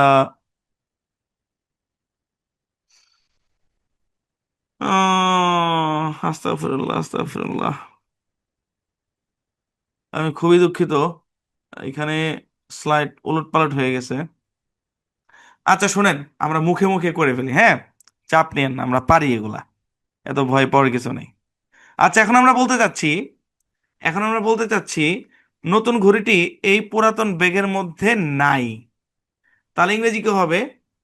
তাহলে ইংরেজি হবে the new clock is not in this old bag. বুঝতে পারছেন? আমি খুবই দুঃখিত, মানে আচ্ছা তারপর দেখেন, এটা দেখেন, এখানে আছে, আমরা বললাম যে ওই পুরাতন ব্যাগটি এই বড় টেবিলের নিচে আছে, এটা আমাদের জেনারেল বাক্য। দ্যাট এখানেও ভুল হয়েছে, এখানে ওল্ড হবে, এটা তো আমরা একবার ঠিক করলাম এখানে। That old bag is under this big table. তো এখন আমরা বলতে চাচ্ছি যে ওই পুরান ব্যাগটি এই বড় টেবিলের নিচে নাই। তাহলে কি করতে হবে? এই বরাবর শুধু একটা নট বসাইতে হবে, ব্যাস, শেষ, আর কিচ্ছু না। That old bag is not under this big table, তাই না? অনেক সহজ। আচ্ছা, তারপর দেখেন, পুরাতন বাক্সটি ওই ছোট রুমের মধ্যে আছে। এখন আমি বলতে চাচ্ছি যে পুরাতন বাক্সটি ওই ছোট রুমের মধ্যে নাই। এখানে খালি নাই যোগ করব আমি। তাহলে কি হবে? এখানে শুধু নট চলে আসবে। The old box is not in that small room. নটটা শুধু ইজের পরে চলে আসবে, শেষ, এতটুকু, আর কিছুই না। আচ্ছা, একটু ওয়েট করুন তো, এই পাশে কি ঠিক আছে? না, এখানেও ঠিক নেই। আচ্ছা, ঠিক আছে, চলেন আমরা সামনে আগাই। জি, আজকের মানে মূল প্র্যাকটিস এই পর্যন্তই। এখন আমরা হচ্ছে ইয়া করব, আমরা এখন নতুন কিছু শব্দ শিখবো ইনশাল্লাহ। একটু খেয়াল করেন, একটু খেয়াল করেন, একটু মনোযোগ বাড়ায় দেন। ওই প্র্যাকটিস ওগুলাই ছিল আর কি, পাঁচটা পাঁচটা করে রাখছিলাম আর কি। সময়ের মধ্যেও তো শেষ করতে হবে, তাই না? আচ্ছা, খেয়াল করেন, শুনেন। এই পর্যায়ে বলতে বোঝাচ্ছি যে আমি 13 নম্বর ক্লাসের পর থেকে প্র্যাকটিসের চেয়ে আমি কনসেপ্ট ক্লিয়ারে বেশি ফোকাস দিচ্ছি। কারণ প্র্যাকটিস শুরু থেকে বেশ ভালোই করাইছি, কনসেপ্ট ক্লিয়ার। এই যে বলতেছি যে শব্দের প্লেসমেন্ট নিয়ে পড়ে থাকবেন না, মানে অর্থটা নিয়ে চিন্তা করবেন। হ্যাঁ, এগুলোর দিকে আমি বেশি ফোকাস দিচ্ছি, এই জন্য এখানে প্র্যাকটিসের মাত্রা কম, মানে বাক্য কম। কারণ আমার তো ভাই নির্দিষ্ট সময়ের মধ্যে শেষ করতে হবে, এটা তো বললামই। আচ্ছা, খেয়াল করেন, এখানে কিছু শব্দ অর্থ আছে, এগুলোকে মুখস্থ করতে হবে। এই শব্দগুলো পরবর্তী কাজে কাজে লাগবে, মানে পরবর্তী ক্লাসে কাজে লাগবে। খেয়াল করেন, লেগ মানে পা, কি মানে চাবি, লক মানে তালা, পেজ মানে পৃষ্ঠা, মানে বইয়ের পাতা আর কি, বেঞ্চ মানে বেঞ্চ, হুইল মানে হচ্ছে চাকা। আরেকটা শব্দ আমি দেই, সেটা হচ্ছে LEAF, লিফ। লিফ মানে হচ্ছে গাছের পাতা, এটা একটু মনে রাখবেন, লিফ মানে গাছের পাতা, এটা টি না ভাই, এটা এফ। ওকে, এটা মনে রাখবেন। আচ্ছা, একটা জিনিস খেয়াল করেন, এই যে শব্দগুলা, এইগুলা জিনিসের নাম না? কোন একটা জিনিসের তো নাম নাকি? যেমন কি মানে একটা চাবির নামকে বোঝাচ্ছে, হ্যাঁ, লক তালার নাম, পেজ পৃষ্ঠার নাম, এগুলো কিন্তু নাম, মানে কোন একটা বস্তুর নাম, রাইট? আচ্ছা, ওকে। এবার কিছু শব্দ দেখেন, দেখেন, ব্রোকেন। আহা,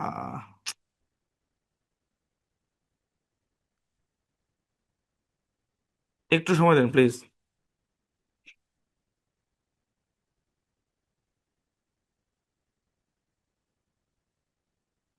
ব্রোকেন মানে হচ্ছে ভাঙ্গা,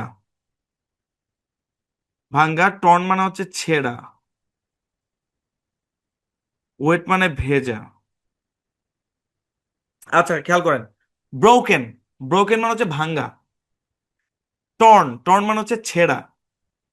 ওয়েট, ওয়েট মানে হচ্ছে ভেজা।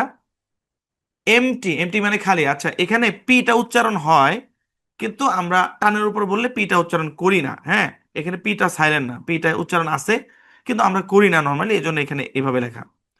এমটি, এমটি মানে হচ্ছে খালি।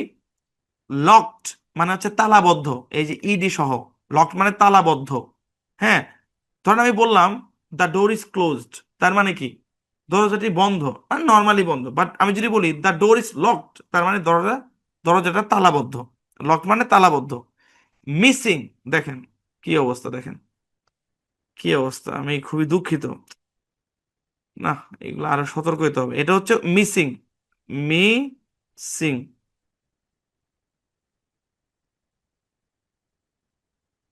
মিসিং।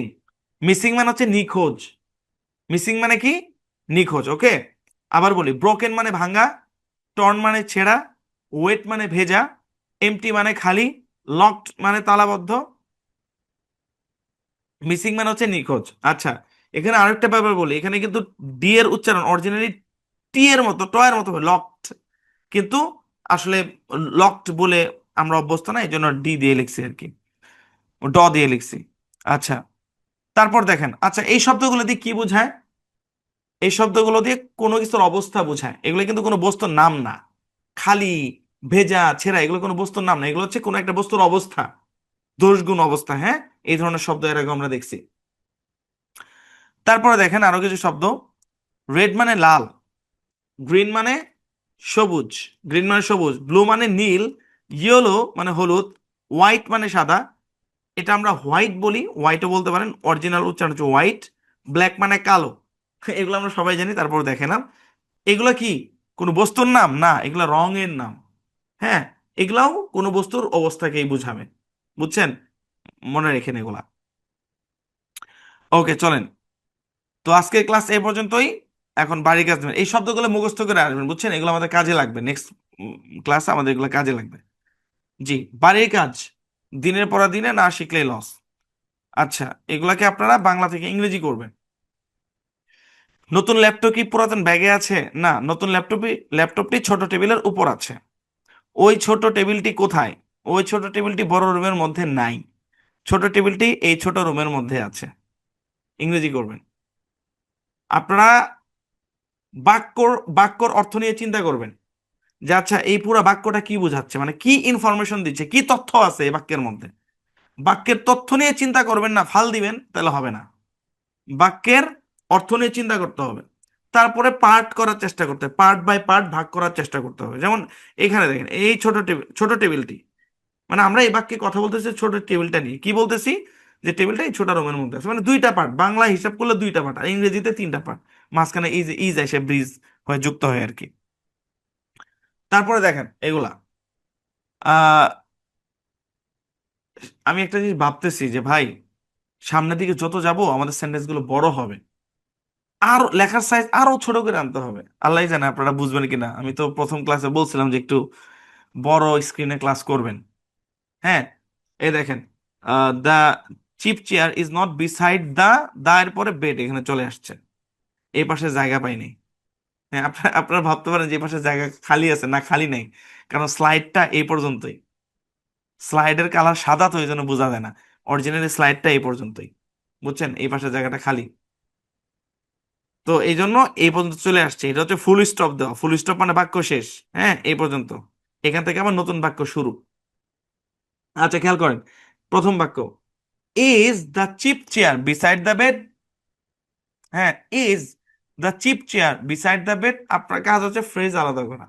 আপনি বুঝছেন যে এখানে ইজটা সামনে আসছে, তার মানে কি? হ্যাঁ, যদি এইভাবে না পারেন তাহলে এটা ঢেকে দেন, ঢেকে দিয়ে দেখেন ইজ কোথায় বসান যায় মাঝখানে। হ্যাঁ, যদি এমনি ধরতে না পারেন যে আচ্ছা শুরুতে আসছে আমি বুঝতে পারতেছি না, তাহলে এটা ঢাকেন। ঢাকায় দেখেন যে দুটার মাঝখানে কোথায় বসানো যায়, ব্রিজ হিসেবে কোথায় যুক্ত করা যায়। আগে সোজা বাক্যটারে, আগে বাক্যটারে সোজা করেন, তারপর আবার তেরা করে চেষ্টা করেন, অর্থাৎ ইসরায়েলের সামনে আয় না। তারপরে কি, no, the cheap chair is not beside the bed. তারপরে এখান থেকে শুরু হয়েছে বাক্য, the chair is behind the door. Okay, তারপরে দেখেন, is the small clock on that big table? No, the clock is not on the table. হ্যাঁ, দেখেন এখানে দেখেন কি লিখছে, দেখেন খেয়াল করেন। এখানে বলতেছি ইজ দ্য স্মল ক্লক, মানে ছোট ঘড়িটি। আবার এই পাশে বলতেছি দ্যাট বিগ টেবিল, মানে ওই বড় টেবিলটি। কিন্তু এখানে দেখেন আমি ছোট ঘড়িটি বলি নাই এবং বড় টেবিলটিও বলি নাই।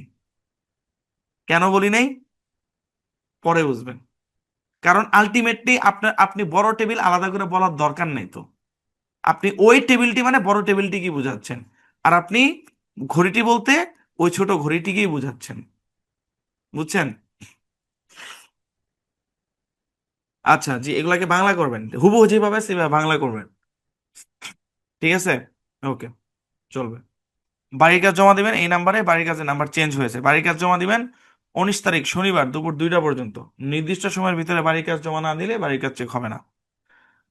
জি, আর মনে রাখবেন এই পৃথিবীতে সবচেয়ে বোকা তারাই যারা চেষ্টা না করে কিছু অর্জন করতে চায়। জি, আশা করি বুঝতে পেরেছেন, কনসেপ্ট অনেকটা ক্লিয়ার হয়েছে, প্র্যাকটিস হয়েছে। আর শব্দগুলো ভালোভাবে মানে মুখস্থ করে রাখবেন, এগুলো পরবর্তী ক্লাসে কাজে দিবে ইনশাল্লাহ। পরবর্তী ক্লাসে আমরা খুবই কমন ইন্টারেস্টিং টাইপের কিছু ফ্রেজ শিখবো। দেখেন অনেক ভাল লাগবে, অনেক ভাল লাগবে। আমি এরপরের ক্লাসটা নিয়ে অনেক এক্সাইটেড। জি, আমি স্ক্রিন শেয়ার অফ করে দিচ্ছি। তো বন্ধুরা, আজকের ক্লাস এ পর্যন্তই। আশা করি সম্পূর্ণ ক্লাসটি খুব ভালোভাবে বুঝতে পেরেছেন। দেখুন, বাক্যের অর্থ নিয়ে চিন্তা করতে হবে, মানে পুরা বাক্য কি অর্থ বোঝাচ্ছে ওটা নিয়ে চিন্তা করতে হবে, এবং সেই অনুসারে আপনাকে ইংরেজি করতে হবে। অনেক সময় দেখা যায় যে বাংলাতে কোনো একটা শব্দ আমরা আকপিস করে ফেলি, করতেই পারি, কিন্তু আমার মেন অর্থটা নিয়ে চিন্তা করতে হবে। যদি আপনি এই জিনিসটা ধরতে পারেন, তাহলে ইনশাল্লাহ অনেকাংশে আপনার জন্য সহজ হয়ে যাবে। ফ্রেজটাকে আয়ত্ত করতে হবে, স্ট্রাকচার বুঝতে হবে, ভোকাবুলারি শিখতে হবে। আর হ্যাঁ, আজকের ক্লাসে বেশ কিছু ভোকাবুলারি ছিল, এই ভোকাবুলারি আয়ত্ত করবেন ইনশাল্লাহ। পরবর্তী ক্লাসে এগুলো দেখেন কিভাবে কাজে লাগে, কত সুন্দর সুন্দর ফ্রেজ তৈরি হয় এবং সেগুলো দিয়ে কত সুন্দর বাক্য তৈরি হয়। তো সবাই ভালো থাকবেন ইনশাল্লাহ। দেখা হচ্ছে পরবর্তী ক্লাসে। সবাইকে সালাম জানাই, আসসালামু আলাইকুম, আল্লাহ হাফেজ, শুভরাত্রি।